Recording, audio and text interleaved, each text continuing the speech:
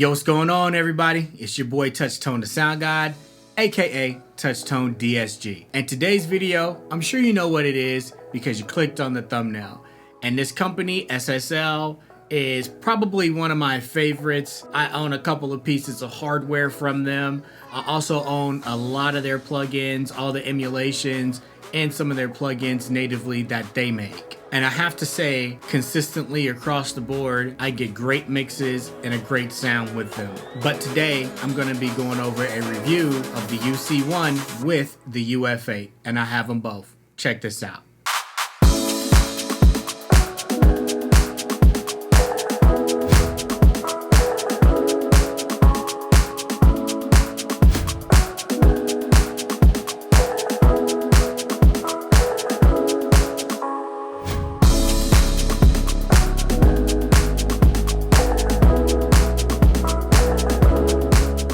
So side note, I also have the SSL Fusion, which I love, and I just picked up the software version of that through their plugins that SSL offers natively.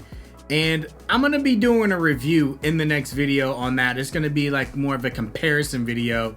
So if you don't wanna miss that, make sure to tag those notifications so you can stay tuned to when that goes live. But today, let's get into the review. For this video, I wanted to do something different. I do have an overhead view of my workflow with the UC1 and the UF8. And for those of you that don't know, the UF8 is a DAW controller and the UC1 is a plug-in controller. And the basis of this video is basically how good they work together, because the UF8 did come out before the UC1, and most people ask me often, like, how do they work together? Is it worth getting? And funny thing is, I'll get to that later, but I think y'all know the answer, right? Here we have the UF8, and I have a session pulled up here and my DAW that I made prior to this video, just to kind of keep the pacing relatively smooth for this one, or fast. Cause I know, man, y'all got ADD. So do I, so it's all good. So the UF8 is pretty cool in my opinion, and it's probably one of the ultimate DAW controllers, just because it can control everything in your DAW. You got your transport controls from here, and you can see you got your start, your stop. So check this out. I'm gonna go ahead and play.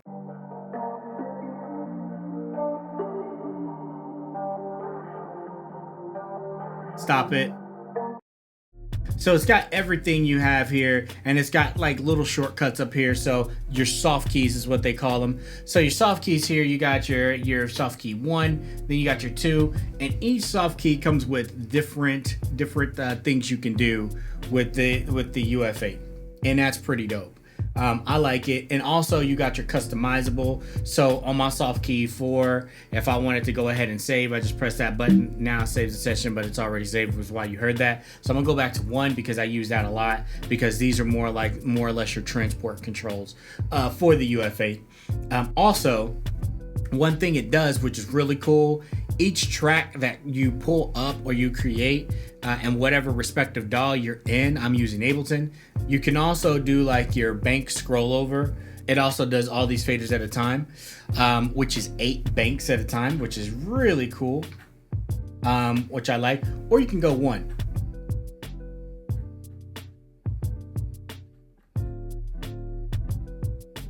So that's neat. Secondly, you can go ahead and select your track here. So let's just say I want to go ahead and select guitars. Boom, there we are. As you see, it changed on the screen. It also changed in here, real time. Everything you can cut, you can solo, you can mute. I'm gonna go ahead and play the track here, and it is a track that I did compose that is on Spotify now. It's called Too Much, and you'll see why. I took some vocals from Arcade, and fleshed it out and made a track on it, and it's pretty dope. So let's check it out, let's hear it. And I'm gonna use the transport controls just so you can hear it. So let's hear it. I don't wanna tell you too much. I don't wanna tell you too much. I don't wanna tell you too much. I don't wanna tell you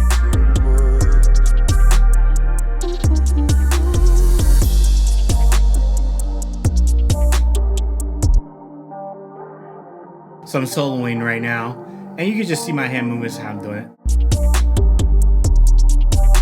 You can cut it out, you can mute it.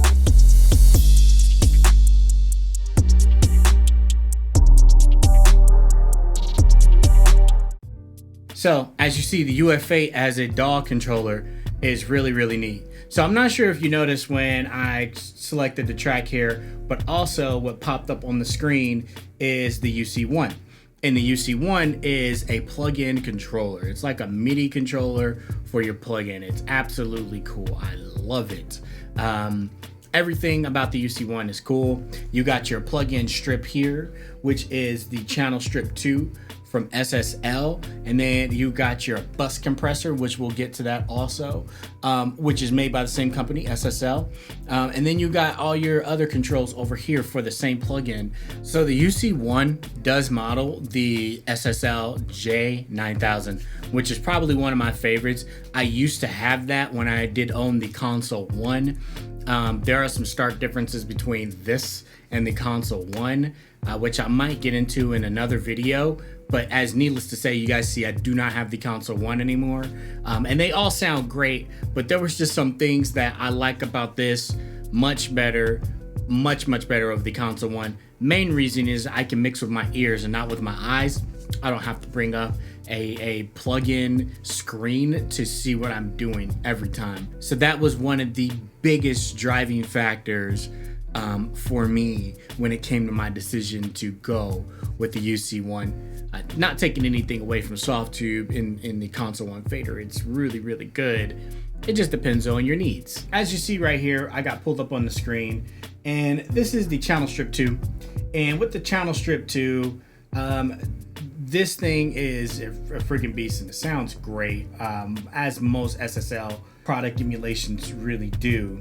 So the thing that I like about the channel strip 2 is that you can control it from the hardware controller, which is really neat here. So let's go ahead and solo the guitar and make sure that's solo. There it is. And let's pick apart in a song, and you can do all of this. You can transport control all of this with the UF8, which is really, really cool. Like I said, really depends on your workflow. And let's go ahead and hear it.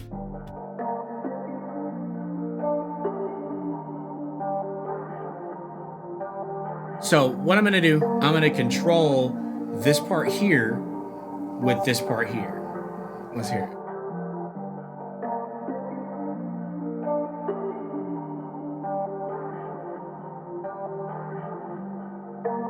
I'm gonna exaggerate a little bit just so you can hear it.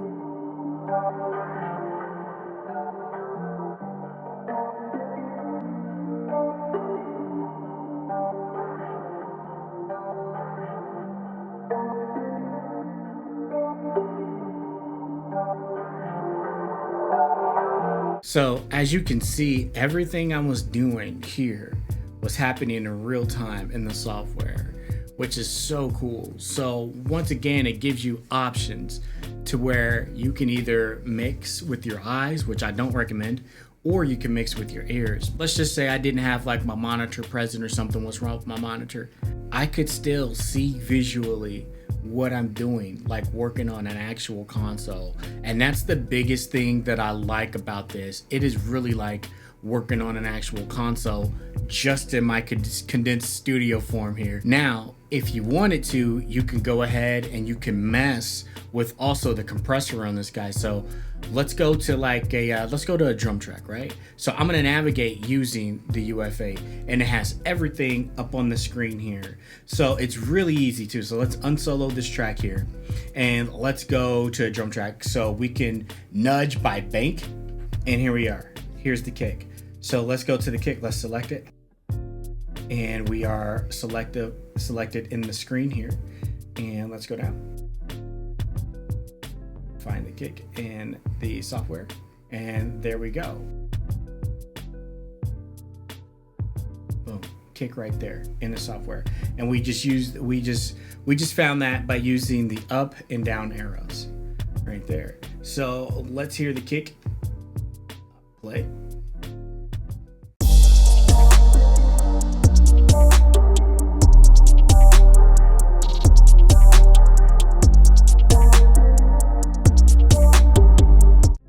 And so you did see, like, once I did select the kick, that the plugin also changed on the screen and it kept up with it. So that's really cool. I think in Ableton though, it has to be a VST3. If I wasn't mistaken, it was a VST3. I'll double check that for you. That's real important. The audio unit only has so much information that transfers over correctly, but the VST3 does. So if you were to move this, let's just say you move the kick to track 1, it will be able to keep up with that and stay with track 1. So one thing I don't like is that the DAW controller does keep up with it inside of the DAW. The UC1, you do have to manually change it to the track. It just doesn't keep up with the UF8. So they're not in sync totally. Hopefully SSL comes up with an update in the near future to be able to help that happen. But as of right now, we just don't have that option. So as you see here, I'm gonna go to the UC1 and I'm gonna go ahead and select the track here. To my knowledge, there's no way to bank it over, so you do have to select individually. But as you see here on the screen, it's really easy and it brings up everything nice and fresh for you on the screen. So there you see I have kick channel 12, and we're also in kick channel 12 in the UF8. So now they're in sync. One thing it does do in the 360 software that it does come with, which I never use, maybe I should, the UC1 does keep up with it fairly easy. So whatever you have selected in your DAW, your UC1 keeps up with it in the SSL proprietary 360 plugin software that it does come with. So that's something to keep in mind. So in this part here, let's take a listen to the strings.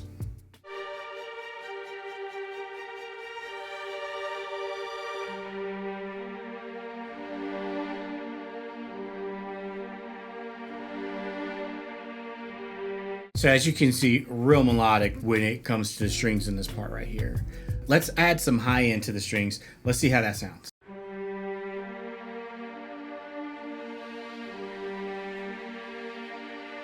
Make some little airy right there.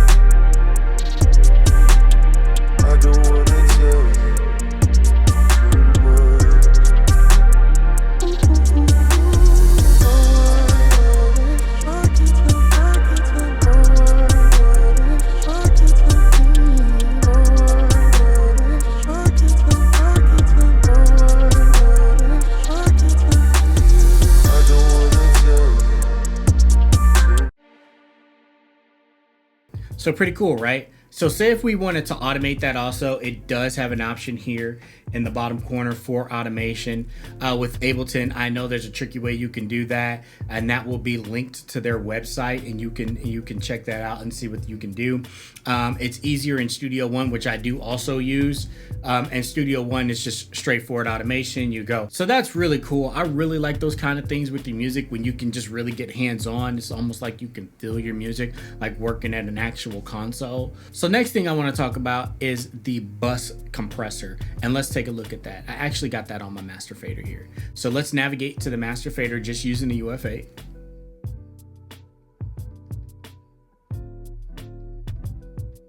Boom. There it is, super simple. And I took the long way around. I just kind of used the arrows here. The thing that I like about the UF8 is that it gives you options. However you want to control it, however you want to navigate it, you can do it. Once again, this is not a total review because that video would just be insanely long. But it is more of a workflow type of thing. With the master fader, let's pull up the actual bus compressor here. There it is, in all its glory. So it is a complete redesign to what SSL had previously with their plugins, so it looks good. One thing I do recommend here is if we zoom in here, I like to stay with the oversampling of 4. It just sounds better to my ears. Totally up to you, however you want to do it, if your computer can handle it or not. But that's what I do. On the bus compressor here, as you see, they put it in the middle, and it's very, very nice. Looks very, very good. Very intuitive also. It's very responsive. So let's just play it, and let's keep a look at the meter and see how much gain reduction I'm getting.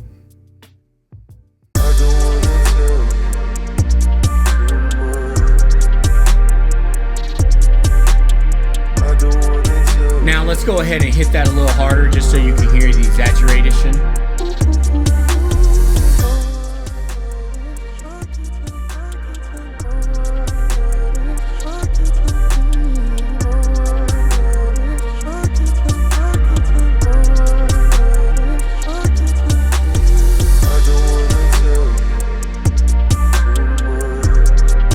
So it really works just like the SSL compressor, the actual hardware version. I also do have the hardware version of this by Audioscape, their G compressor. Sounds really, really good. So side note, the SSL compressor that I got from Audioscape, I'm pretty sure goes to 165 as far as the sidechain. On this guy, you can go all the way up to 185. And a cool thing about it is that it has a mix knob on it. So you can mix your wet to dry ratio. So you can hit it really hard if you want to do maybe like some parallel compression with it. You can also do that. If you also have this combo or this setup or either one, and there's some things you want to add to this discussion, let me know in the comments below. Let's talk. You guys know I love talking to you in the comments. It's awesome. Even the bad ones. So just my thoughts on it about 5 months in.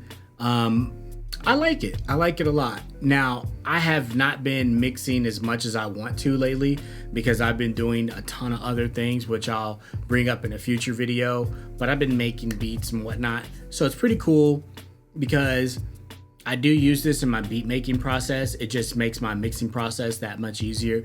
And it's really neat when you can just reach out and go ahead, twist a couple knobs and kind of dial in the sounds that you want right there.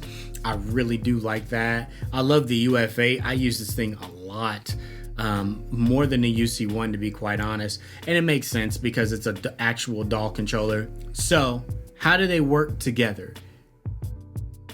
That's kind of a loaded question. That's kind of a complicated question also, because in some aspects they work well together. They look good together. So sometimes when I'm here in the dark and I don't have all these lights on and whatnot, and it's just me, it's like I'm controlling a freaking rocket, a spaceship, like the Star Trek Enterprise, and I'm just up in there moving faders and twisting knobs. And in my mind, in my point of view, it's got like this epic looking beam of light coming across. It's kind of cool, man, and it looks great in the dark. The startup sequence is really cool on this thing too. Side note, I do have this hooked up USB-A. You can hook this up USB-C if you do want to, but all my ports were being used for something else. So I did go USB-A and it does just fine. I've never had it freeze up or anything. So I did want to keep my take on it a little bit shorter. I know this video is probably gonna run long because they all do. I try to edit out so much, but it never happens. So if there's something else you would like to know about it, just let me know in the comments below, or also DM me on Instagram. I'll put a link right here. That's where I usually answer most of my questions for people. I'll try to help you guys out as much as I can. In the next video, I do have the SSL Fusion here, and I'm gonna be directly comparing that to the new plugins SSL also dropped. So if you don't want to miss that video, be sure to click that notification bell so you can stay up to date. So when that drops, it should be dropping soon. You know how it is. So I'm going to be leaving a link in the description to this song to my playlist on Spotify. Go ahead and click it so you can hear it in its entirety. It was totally mixed on the UC1. It's something I wanted to do to kind of show you guys in its entirety what it can sound like. Plus, it's a dope beat. Hey, I appreciate the support as always, guys. Make sure to drop a like. I mean, just smash it. Boom! Smash that like button. So go ahead and share this video to someone who you think is maybe interested in the UC1 or the UF8. Do you need this to make good music? Absolutely not. But it's kind of cool to have. I'm not gonna front. Just like you don't need all the plugins I have, but it's cool to have those tools. I don't mind them. All right, guys. So that's gonna do it for me in this video. I'll leave y'all to some music as I do always. I'll catch y'all in the next one. Peace.